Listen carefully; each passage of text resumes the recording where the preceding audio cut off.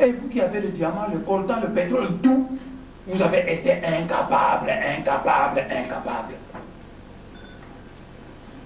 Qu'est-ce qu'il faut faire maintenant pour sauver la situation?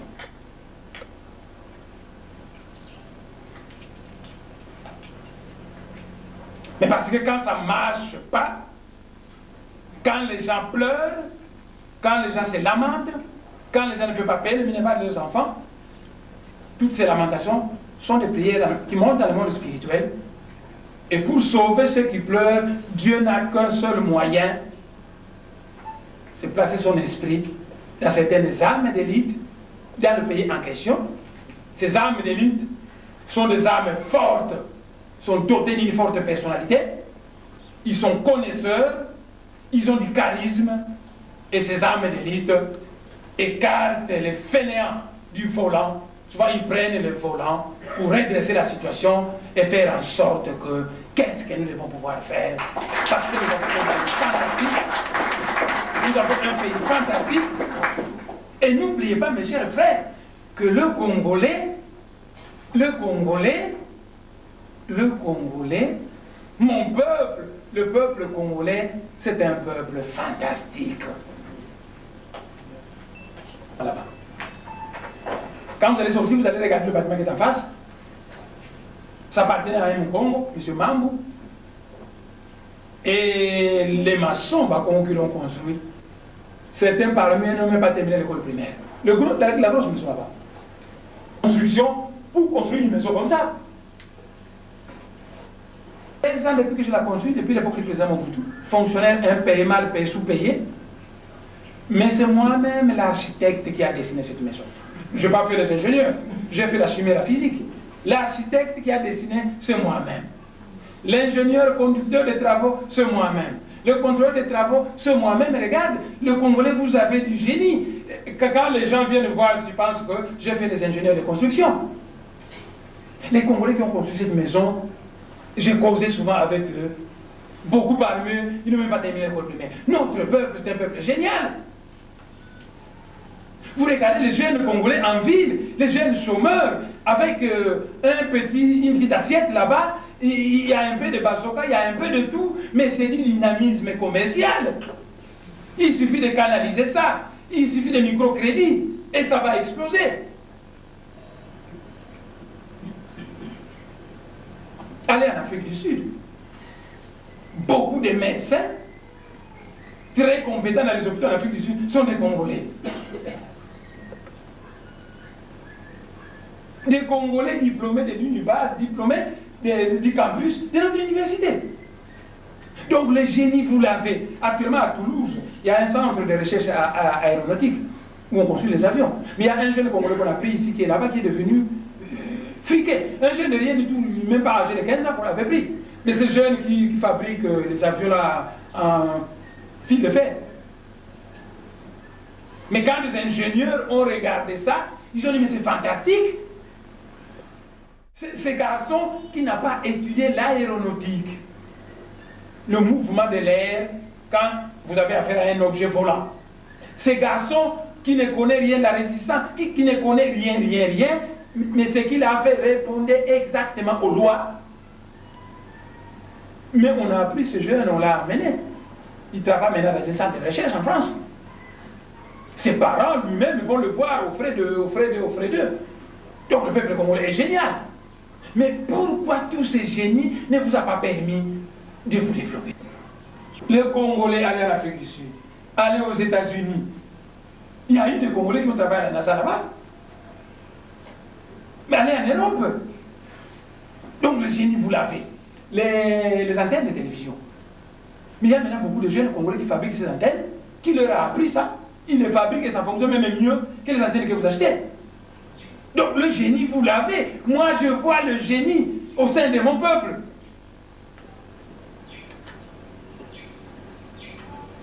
Mais pourquoi ça ne marche pas?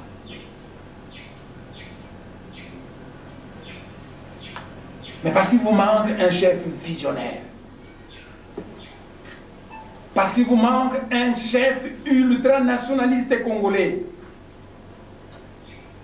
Parce qu'il vous manque un chef juste qui ne punit jamais des innocents. Parce qu'il vous manque des chefs qui vous donnent un salaire qui vous met à l'aise et qui vous permet de mettre tout votre génie au service du développement. La sagesse qu'on vous enseigne, un tomisa, qui dit voya tomisa qui salue. Améliore-moi pour que je puisse améliorer le travail. Un tomisa par des stages de perfectionnement. Un tomisa par un bon salaire. Un tomisa par des meilleures conditions de travail. Je vous le dis, en vérité, que le jour où le Congolais recevra un salaire qui le met à l'aise, qu'il aura de meilleures conditions de travail, eh bien le miracle va s'accomplir dans le développement. Parce que dans l'Ouest africain, il y a eu beaucoup de ferrailleurs congolais, de maçons congolais qui sont allés construire toutes ces villes qui sont actuellement dans l'Ouest africain. Le Gabon est plein de maçons congolais, de carreleurs, de ferrailleurs, patati patata. Et partout où nous allons, nous, Congolais, c'est le génie, c'est l'étonnement. Tel que vous impactez les gens dans la musique, dans les autres professions, c'est la même chose. Mais imaginez-vous, il fait un moment, j'étais chef du laboratoire de bactériologie à l'Institut de médecine tropicale. Avec un salaire ridicule. Qu'est-ce que je faisais? On devait travailler de 8h à 15h. Et bien quand je pars, je travaille très rapidement. De telle manière que vers 14h, j'ai déjà terminé le travail. Et je pars travailler dans un autre laboratoire privé. Je pars faire des heures supplémentaires. On appelait ça aller travailler chez Tata Yemo. Parce que je venais de faire mes heures complémentaires à Mama Yemo. Et quand je sortais de laboratoire, le chef, ok, Nagay et pas à Tata Yemo. C'est comme ça.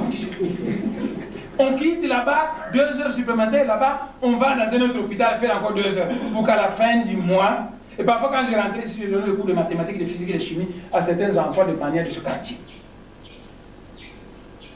Vous voyez, chef laboratoire de bactériologie, beaucoup de responsabilités, salaire ridicule, pour pouvoir nourrir ma femme et mes enfants et aider ma famille.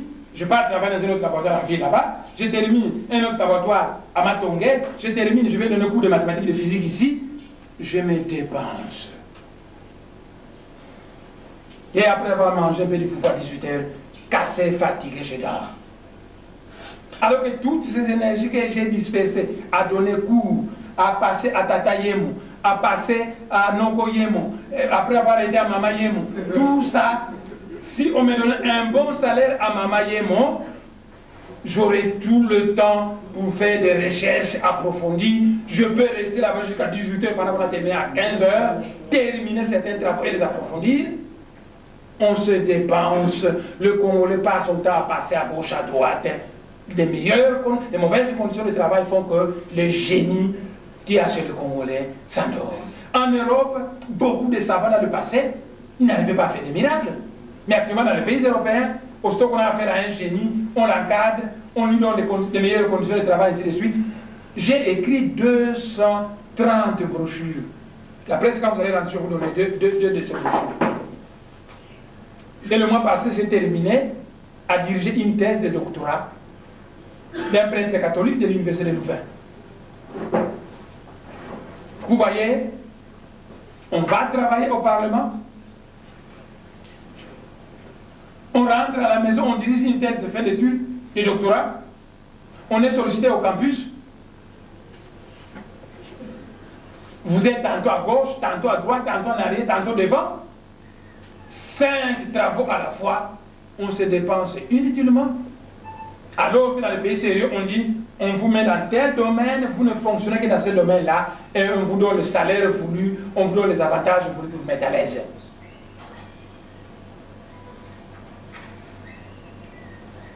Donc, ça n'a pas marché. Qu'est-ce qu'il faut faire? La première chose à faire, on doit produire dans ce pays un forum de réconciliation nationale.